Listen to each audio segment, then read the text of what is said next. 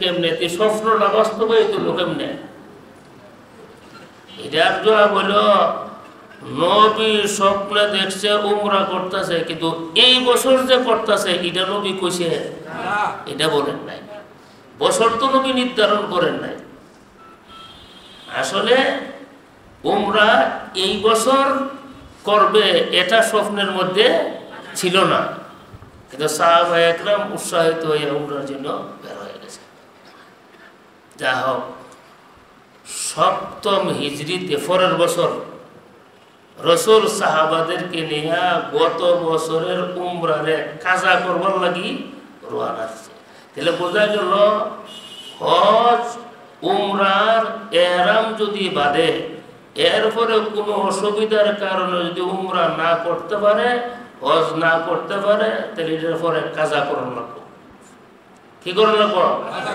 যেমন আপনি 2 রাকাত নফল নামাজের নিয়ত বাঁধছেন, এরপরে যে কোনো অসুবিধার কারণে নফল নামাজটা পড়তেছেন না, এখন কিন্তু নফল নামাজ কাজা করার লাগবে।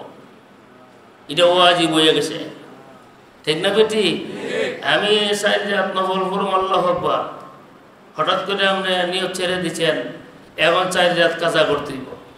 এমনি সুন্নতের কোনো কাজা নাই, নফলের কোনো কাজা নাই, কিন্তু নফল শুরু করে দিলে এটা না করলে কাজা করার লাগবে। ঘুমাইতেছে না কিটা মাত্রা ঠিক আছে নিও। ওই আরিফের বাপরে জিঙ্গাই, আমার কথা ঠিক ঠিক না?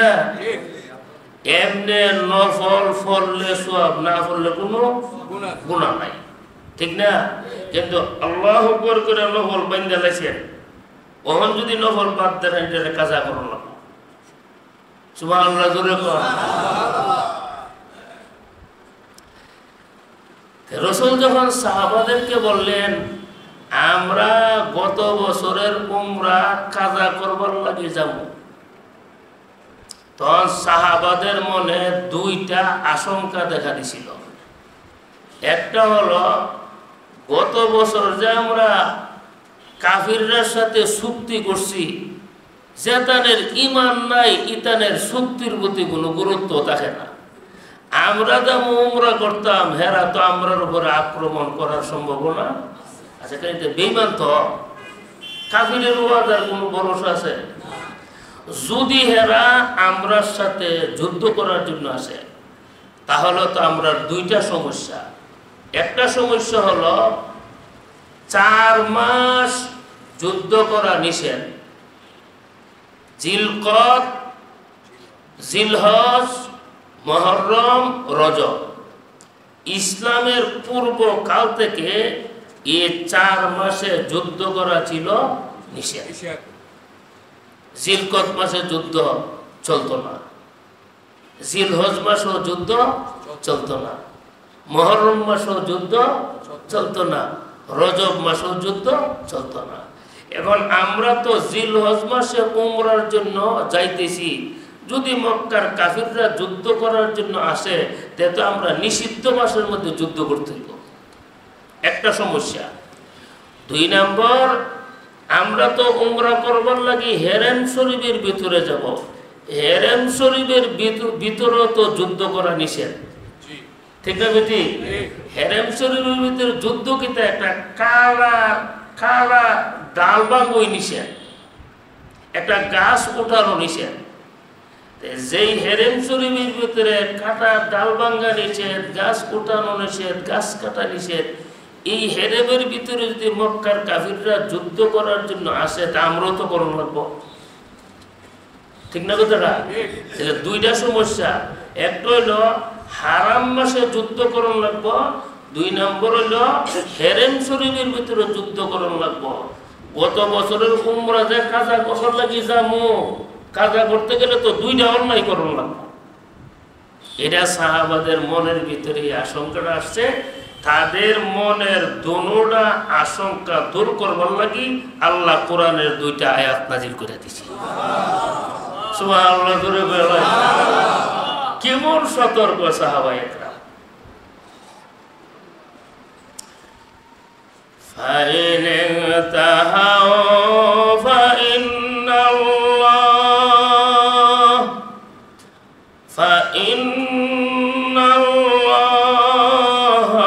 গফুরুর রহিম।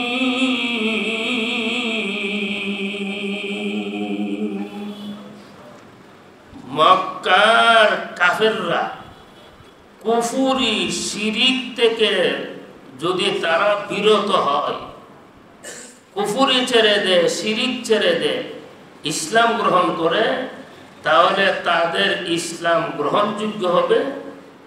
ফাইন্নাল্লাহা গফুরুর রহিম, কারণ আল্লাহ হলো ক্ষমাশীল, দয়ালু।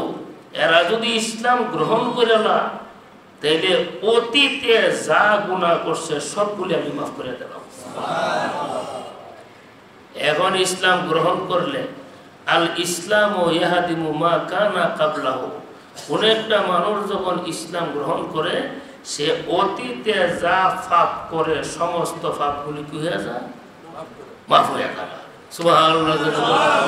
দেবতা বোঝা, মূর্তি বোঝা, চুরি, ডাকাতি, জিনা, মদ, জুয়া, গাঁজা যা করছে, কালিমা পড়ছি নি, বল পড়ছে, আগে সব গুনাহ মুছে লেছি।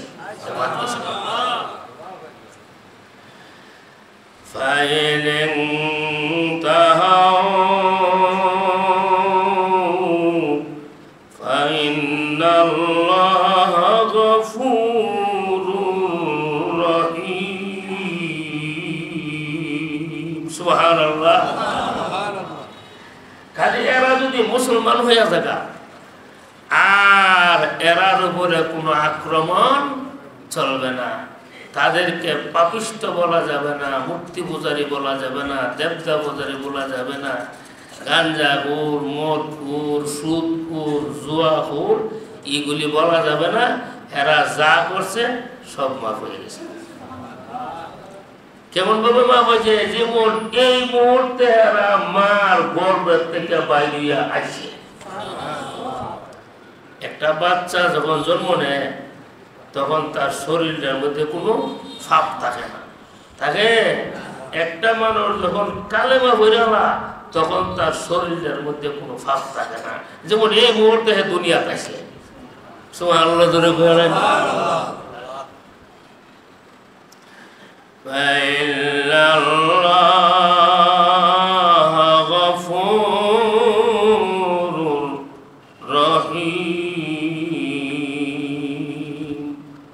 নিশ্চয় আল্লাহ গাফুর এবং রাহিম। গাফুর মানে ক্ষমাশীল আর রাহিম মানে অসীম দয়ালু। যদি আল্লাহ আমরার গুনাহ মাফ না করতেন, এই নিয়মটা যদি আল্লাহ চালু না রাখতেন, আমরা সব দুজহ যাবো না। কারণ গুনাহ ছাড়া কোনো মানুষ নাই, শুধু নবীর আর গুনাহ নাই। নবী ছাড়া আলেম বলেন, ওলি বলেন, গাউস বলেন, কুতুব বলেন, ফির বলেন, তবলিগের আমির বলেন, গুনাহ আছে। এ আসেনি, আসেনি, আসেনি। কোন আমির সাহেব যদি আমার কোনো গুনাহ নাই, হে সইতা ইবলিস, ঠিক না বেটি? কোন হুজুর যদি আমি নিষ্পাপ, আমার কোনো ভাব নাই, এটা সইতা। নবী ছাড়া সব মানুষের গুনাহ আছে, আছে না নাই? আচ্ছা, নবীরা গুনাহ করে না কেন? হেরা তো মানুষ। আমরা শরীরের যেমন গুনার চাহিদা আছে, হেরা শরীরও তো গুনার চাহিদা আছে, আছে না? না, নবীরা বিয়া করছে না? মহিলার চাহিদা শরীরের আসেনি, এলে কিন্তু বিয়া করছে। তাহলে গুনাহ করার চাহিদা শরীর ছিল, গুনাহ করলো না কেন? একবেলা কথাটা বয়ে নাই, কোথায় নি? হ্যাঁ বলে যাব তো ফির বিষয় রাখা না, মুরিদি বহি খ্রিস্টানের কাছে। খবর পাইছে অমুক এলাকাত একজন আল্লাহওয়ালা ফির আছে, যা তুই গেছে বেটার কাছে গিয়ে মুড়ি তো গেছে মুড়ি দিত। ফির সাহেব বই রইছে, ফির সাহেবে ফুলারে বসে, কিরে এখানে মেহমান আছে, ওনারে চা দে, রুটি দে, ওনার আপ্যায়ন কর। এই ফুলা যে বেটা মুড়ি দিতে গেছে, চা পান দিছে। হিসাবে আপনি কেন আসেন? আমি তো আছি আপনার কাছে মুড়ি দিবা। আলহামদুলিল্লাহ, তাহলে মুড়ি দেবেন। হজুর মুড়ি দেবো, আমার কিছু যাচাই বাছাই আছে।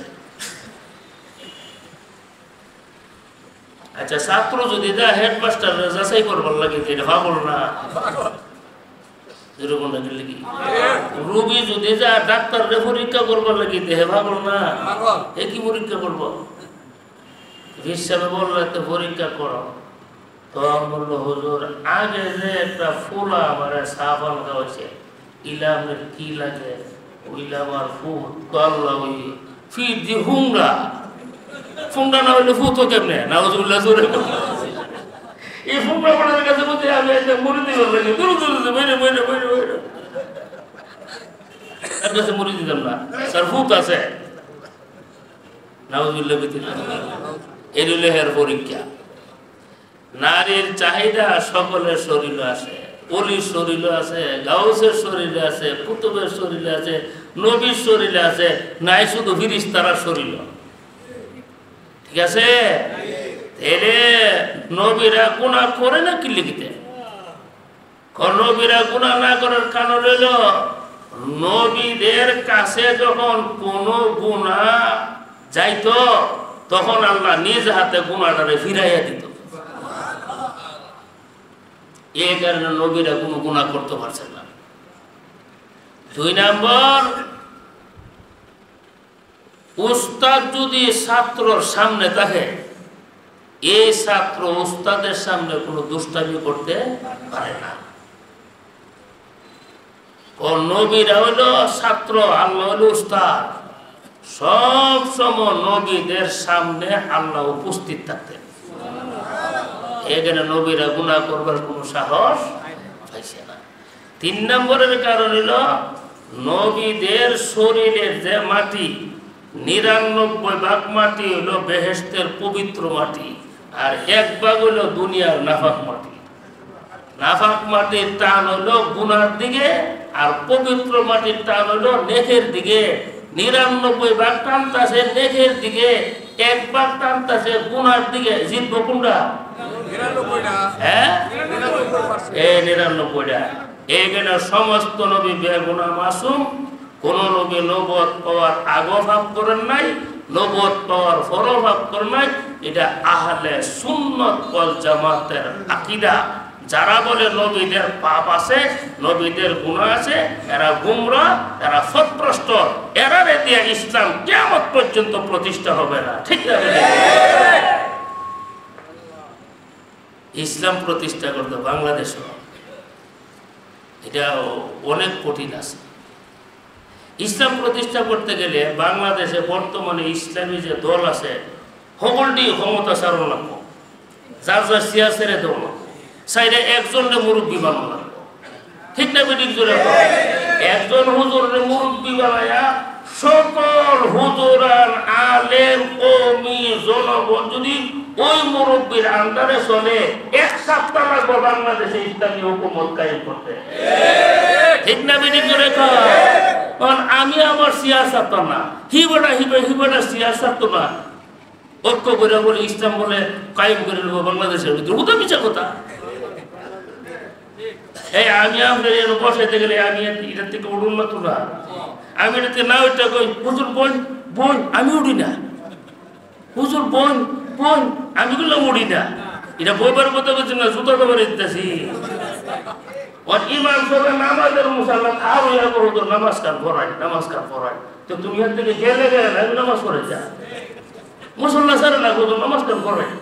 এটা নামাজ পড়াইবার কথা বলে জুতোর বাড়ি হইতেছে। ঠিক না? বুঝাইছে? 14,000 দল হয়েছে বাংলাদেশ ইসলামী দল, প্রত্যেকে দলের চেয়ারম্যান। কেউ চেয়ারম্যানের পদ ছাড়তে রাজি না। আবার ঐক্য ইয়াসেরা ইসলাম কায়েম করে। আরে বাবা রে, 3-4টা সিট 8-10টা সিট সংসদ ফাইল হলো ইসলাম কায়েম হয়ে যাবো গা। মিছা কথা।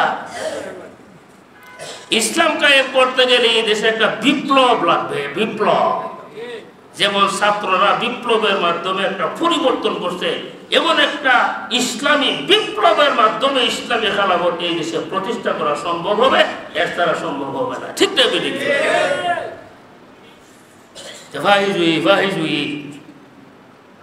ঠিক নিও। আয় হায় হায়, ফাইল্লাল্লাহ গফুরুর রহিম। সুবহানাল্লাহ। তুমি চুরি করছ, জিনা করছ, সুদ খাইছ, ঘুষ খাইছ, জুয়া খেলছ, মদ খাইছ, গাঁজা খাইছ, যে পাপের কারণে আল্লাহর রহমত এবং ক্ষমা থেকে নিরাশ হয়, এই নিরাশ হওয়াটা হারাম। নিরাশ হওয়াটা হারাম। তুমি যত জাতের পাপ করছো আল্লাহ ক্ষমা করবে, আশা তোমার ভিতরে থাকতে হবে। যদি আশা তোমার ভিতরে না থাকে তুমি হারাম কাম করছো। তুমি যত জাতের পাপ করছো, ঘুমাইতেছে না কিটা? তুমি যত জাতের পাপ করছো আল্লাহর ক্ষমা, আল্লাহর দয়া থেকে তুমি নিরাশ হইতে পারবা না। নিরাশ হওয়া মুসলমানের কাজ নাই, এটা হলো কাফিরের কাজ। লা তাকনাতু মির রাহমাতিল্লাহ। ফরেন লা তাকনাতু মির রাহমাতিল্লাহ। এরে গাঞ্জাখোর, আল্লাহর রহমত থেকে নিরাশ হইস না। ও সুদখোর, আল্লাহর রহমত থেকে নিরাশ হইস না। ও জিনাখোর, আল্লাহর রহমত থেকে তুই নিরাশ হইস না। তুই যত রঙের পাপ করছ, তোর পাপ থেকে আল্লাহর রহমতের সাগর তৈল বড়। তোর পাপের একটা কুল কিনারা আছে, আল্লাহর রহমতের সাগরের কোনো কুল কিনারা নাই। ঠিক না বেটি? তুই যত হাজার পাপ করছ না কেন, তওবার মতন যদি তওবা করস, তোর জিন্দেগীর পাপগুলি ক্ষমা করবার অধিকার আমার আল্লাহর আছে। আলহামদুলিল্লাহ জোরে কর। আরো জোরে।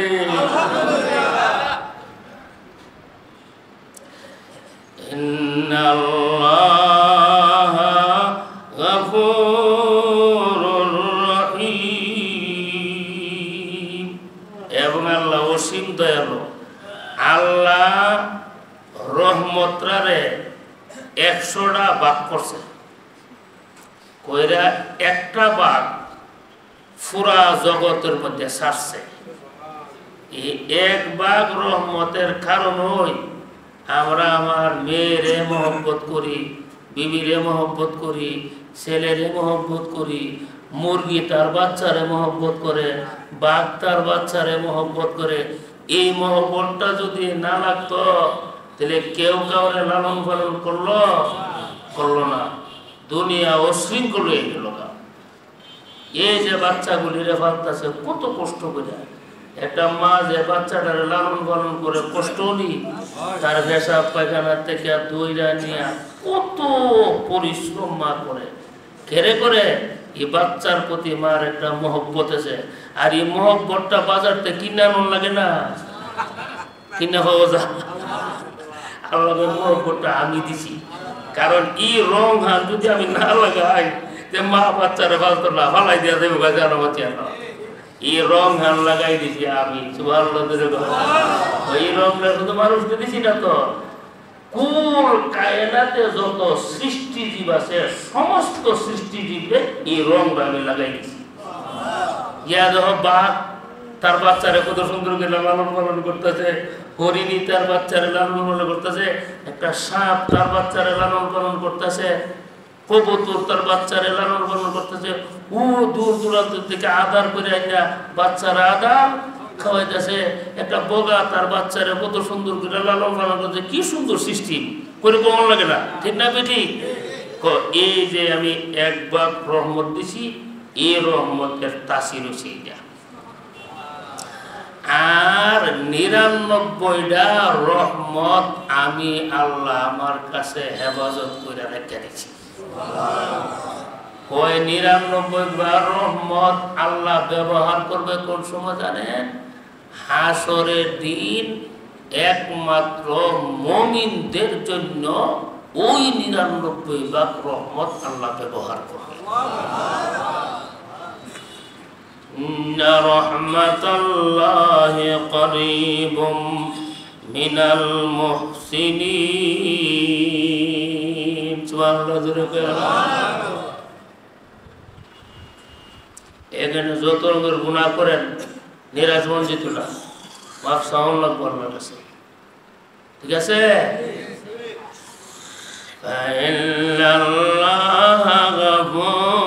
বনি ইসরায়েলের এক বেটা কথাটা বোঝা লাগে,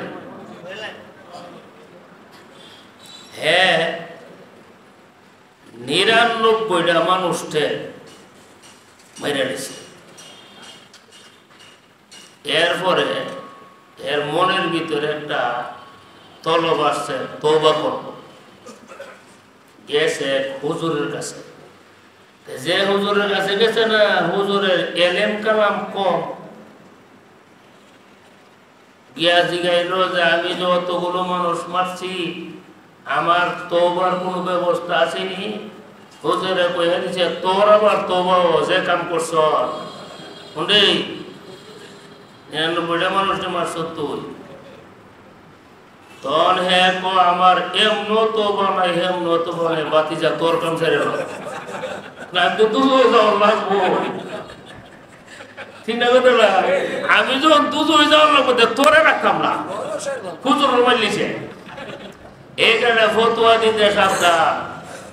এখন হলো ইন্টারনেটের যুগ, ফেসবুকের যুগ, ইউটিউবের যুগ।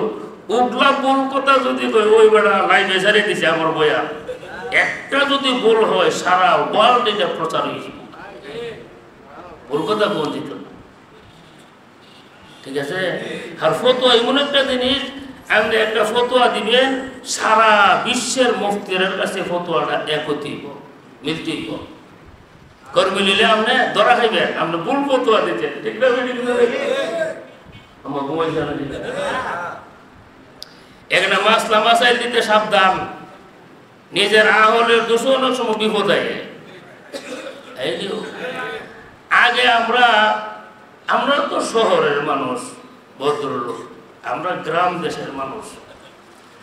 আমরা শুরু থাকতে আমরা মাছ আছে, আমরা খেতা দিয়া শীতকালে ঘুম পাড়াইছি। খেতা চিনেন তো? আপনি চিনেন না? খেতা দিয়ে আমরা ঘুম পাড়াইছে। হুজুরে গেছে ওয়াজ করতো, ওয়াজের মধ্যে হুজুরে কইয়া বসে যে খেতা মহিলাদের কাপড় দিয়া ছিলানো এই খেতা গায়ে দেওয়া চাইস না। ফুটে তুই ওয়াজ করে ফেস লাগাই দিছে। ওয়াজের শেষে গেছিল পুষ মাস, কি মাস? ওয়াজের শেষে কইল যে কিরে আমার খেতা দেশ না, পোলা পানে যে ওয়াজ করছো তারপর হেতা ও কিটা তুমি কইছো না যে খেতা মহিলাদের কাপড় দিয়া ছিলানো এই খেতা গায়ে দেওয়া জায়েজ না, আর আমরা যে খেতা আছে এটা মহিলার কাপড় দিয়ে সিলাইয়া রাখছি, এটা তোমার দি মুখে নেই। কারে পুষ মাসে তো বড় শীত আমি খেতা ছাড়া থাকতাম, তোর আওয়াজ বসে খেতা ছাড়া ঘুমাইয়া যা, তেমন যেত না দিছে না খেতা সারা রাত শীতে কষ্ট করে গেছে। আসলে ও আস্তে আস্তে চৈত মাস হয়ে পড়ে গেছে, পৌষ মাস। আপনার ঘুমাইছিল নাকি না? ও আস্তে আস্তে চৈত মাসের পড়ে গেছে, বাতি যা হেতা ছাড়া ঘুমাইয়া যা। হুজুরে কয়ে দিছে তোর কোনো তওবা নাই, তাই অনেক মার্ডার করেছ। সহি হাদিস, বুখারী শরীফের হাদিস যেটা কইতাছে, এই দুষ্ট এই লোক খুন করে গেছে। খুন করার পর 100 হয়েছে, সমান সমান গেছে একজন বিজ্ঞ আলেমের কাছে, হুজুর শয়তানের দুখার মধ্যে পড়ে আমি তো এই পাপগুলি করছি, আমি তওবা করতে চাই। হুজুর বললেন অবশ্যই তোমার তওবার রাস্তা খোলা আছে, তবে তোমার জন্য একটা শর্ত আছে, তোমার তওবার জন্য একটা শর্ত আছে। শর্তটা হলো তুমি যে গ্রামটা থাকো এই গ্রামের পরিবেশ খারাপ, এই কারণে পাপগুলি তুমি করছো। যদি তুমি তওবা করতে চাও এই গ্রাম থেকে হিজরত করে, মানে এই গ্রামটা ছেড়ে অমুক গ্রামের মধ্যে তুমি চলে যেতে হবে। যদি তুমি হিজরতটা করো তোমার গুনাহ মাফ হয়ে যাবে। নিজের জন্মস্থান ছেড়ে চলে যাওয়া এটা কিন্তু কঠিন, কঠিন না? আপনি মেড্ডার বাসিন্দা, মেড্ডা আপনার বাসা বাড়ি আছে, খেত কামার আছে, দোকান আছে, আপনার যদি আপনার হিসাবে কিরে তুই সব সাইরা দিয়া সুনামগঞ্জ যাওয়ান লাগবো, গিয়া ভিক্ষা করে খাওয়ান লাগবো, আপনি কি তা করবেন ইজা ফিরে আমার দরকার নাই, বসত বাড়ি ছেড়ে দিয়ে বলে যেতে পারে। বসত বাড়ি ছেড়ে দেওয়া কঠিন না সহজ না? কঠিন। যদি তুমি তওবা করতে চাও দেশ ছাড়ো। এ বলল আমি আমার গ্রাম থেকে হিজরত করে চলে যাব, আমি ইনশাআল্লাহ রাজি আছি। সুবহানাল্লাহ। হে কথা কইয়া হে গ্রাম থেকে বাড়ি গেছিল। রাস্তার মাঝখানে গেছে বলে তার হায়াত শেষ, আয়ু শেষ, তো আজরাইল সালাম আসছে, আয়েশা তার জান কান্দান করছে। আর আল্লাহ মাটিকে বলছে, মাটি তুমি এই লোকে যে গ্রামে যাবে ওই গ্রামের দিকে তুমি আগায়া যাও। মাটি আল্লাহর কথা শুনবিনি? আগবাদ আবতর বন্দান, খাকবাদ আবতর বন্দান, বামানত মুর্দাবা হক জিন্দা। সুবহানাল্লাহ বলেন। আগুন, পানি, বাতাস, মাটি, এই চারটি বস্তু আল্লাহর গোলাম, আল্লাহর নিকটে তারা জীবিত, তারা আল্লাহর কমান্ড মানে। বাতাস আল্লাহর হুকুমে চলে, ঠিক না বেটি? খাকবাদ আবতর বন্দান, খাকবাদ আবতর বন্দান, বামানত মুর্দাবা হক জিন্দা। আগুন, পানি, বাতাস, মাটি চারটে হলো আল্লাহর বান্দা, আল্লাহর কমান্ড মানে তারা। সুবহানাল্লাহ।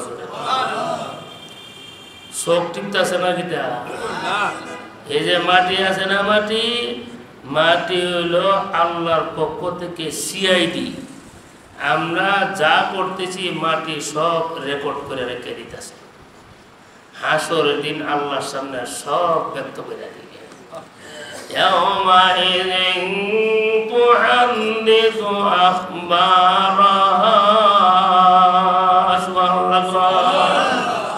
হাসরের দিন মাটি সব বিস্তারিতভাবে বলে দিবে কতটা গুনাহ করছেন, কতটা নেক করছেন, কতটা পাপ করছেন, কতটা অন্যায় করছেন, সবগুলি আল্লাহর সামনে অক্ষরে গুড়ে গুড়ে বিস্তারিতভাবে আল্লাহ বলে দিব। সুবহানাল্লাহ। জোরে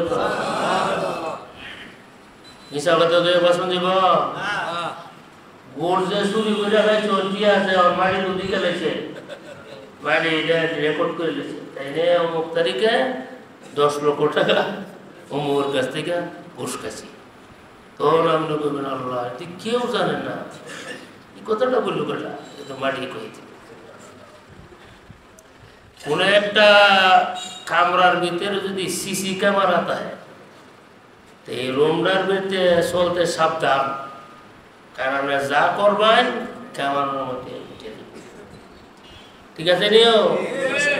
বিয়াই গেছে, বিয়ের বাইক বেড়াইতো, বিয়ে দনি বিয়ের যে রুম দিছে না, এই রুমের মধ্যে ক্যামেরা আছে, সিসি ক্যামেরা। বিয়া আমনে এর মধ্যে তাহেন আরামের রুম, কোনো সমস্যা নাই। চেতা হমনে বিয়ে গীতে করছে রাত্রে উঠা ওই ফ্রিজের মধ্যে যে মিষ্টি তৈরি রাখছে না, সাজাইয়া মিষ্টি খেলিয়েছে চুরি কিনা, চুরি মিষ্টি খেলিয়েছে চুরি কিনা। ফজর নামাজের পরে রাস্তা রাস্তা করতে বসে বিয়ায় ফ্রিজের মধ্যে তো